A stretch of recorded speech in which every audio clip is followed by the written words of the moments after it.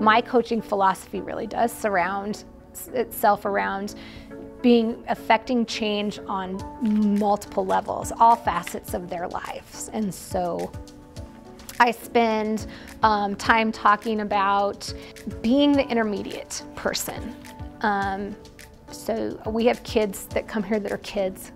They're kids, you know, they're 18 years old and they think they kind of maybe know what they want to do, but they're not sure, and they're just still figuring out life, and they're just leaving home for the first time. And so they come to us as kids and they leave us as adults. And so our job, as I've always seen it, is to get them from point A to point B with as few pitfalls as possible. So I see our job as coaches as being the intermediary, being not a mom and dad, but and not their friend either. We're a mentor.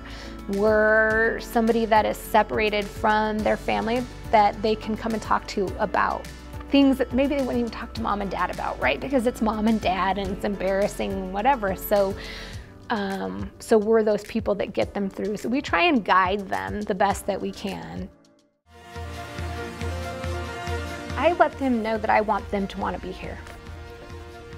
I think that MSU Denver needs to be the right fit from a lot of different aspects. And I think, you know, you work with people as you go through time. And Trent Mack, this was something he picked up from Judd Logan at Ashland University, but I've sort of borrowed from that concept, and because it resonated with me and I believed it. And I think if you think about it, if kids want to be here, it's the right fit for them socially.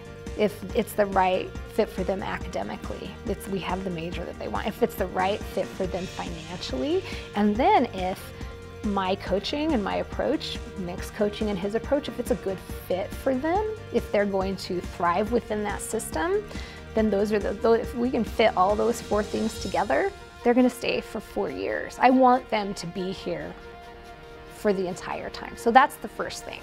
I express to them, this has to be the right fit for you. And if it's not, you should probably go someplace else because you may be happier. And a happy athlete is a productive athlete. So if you're going to come here and not be happy because it's not a right fit, then it's okay.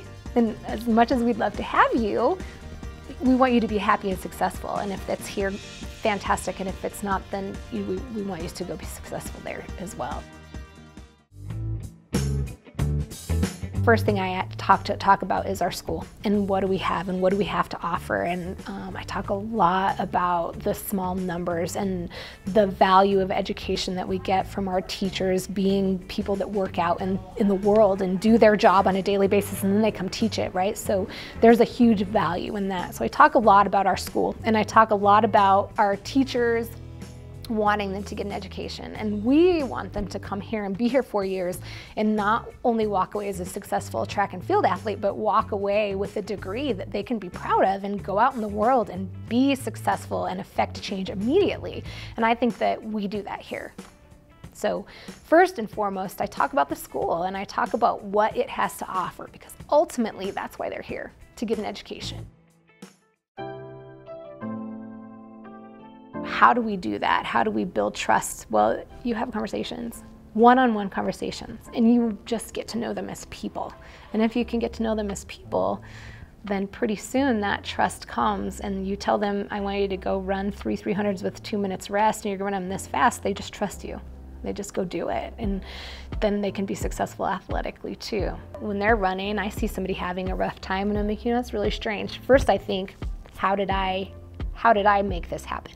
Is there something I did in training? Did I not give them enough rest, right? And then I think about what's going on in their life right now. So we sit down, we have a talk about, hey, what's going on? Like, you look a little bit off, you look a little fatigued, are you not sleeping well? And then usually we can come around to, this is what's happening right now. And I go, it 100% makes sense. Like, how can we fix that, right? And to normalize it for them. So that, you know, that's sort of our role. So the way that I've gotten around them just feeling comfortable coming to me. We talk about the process. We talk about the whole process, and we talk about focusing on that process. So, you know, we talk about that ultimate goal, but we're not focusing on that ultimate goal that's out there. We have it in mind. We know we want to win, and everybody wants to win.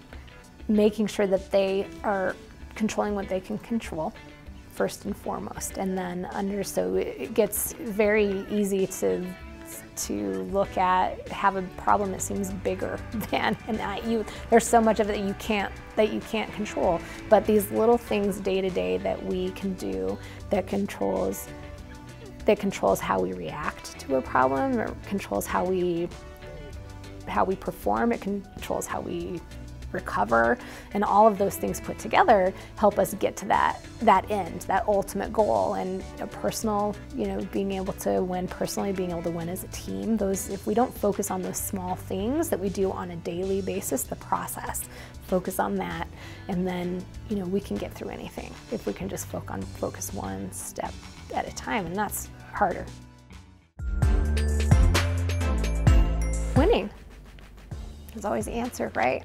I think we're going to all be very surprised by what this program's going to do in a very short period of time.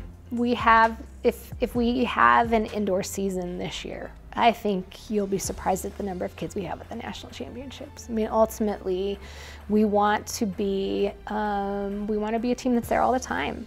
We want our distance medley relays to be there. We want our 4x4 teams to be there. I mean, the relays are the first piece of the puzzle, and those relays help build confidence for athletes that then allow them to go do some really amazing individual things. But you got to get there first, and the relays are the first piece of that puzzle. So we're working very hard to get those relays to the national championships, to give kids a taste of what does it mean to be here? What does it mean to be truly great, to be one of the best in the nation? What does that mean? And the only way you can experience that is by getting there as an athlete and realizing the enormity of the accomplishment. Thousands and thousands of kids run track and field at all sorts of different levels. But D2 is a huge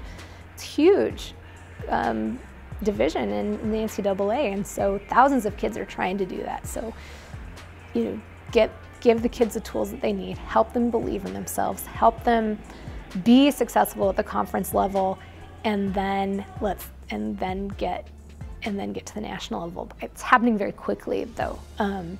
What's next? Win.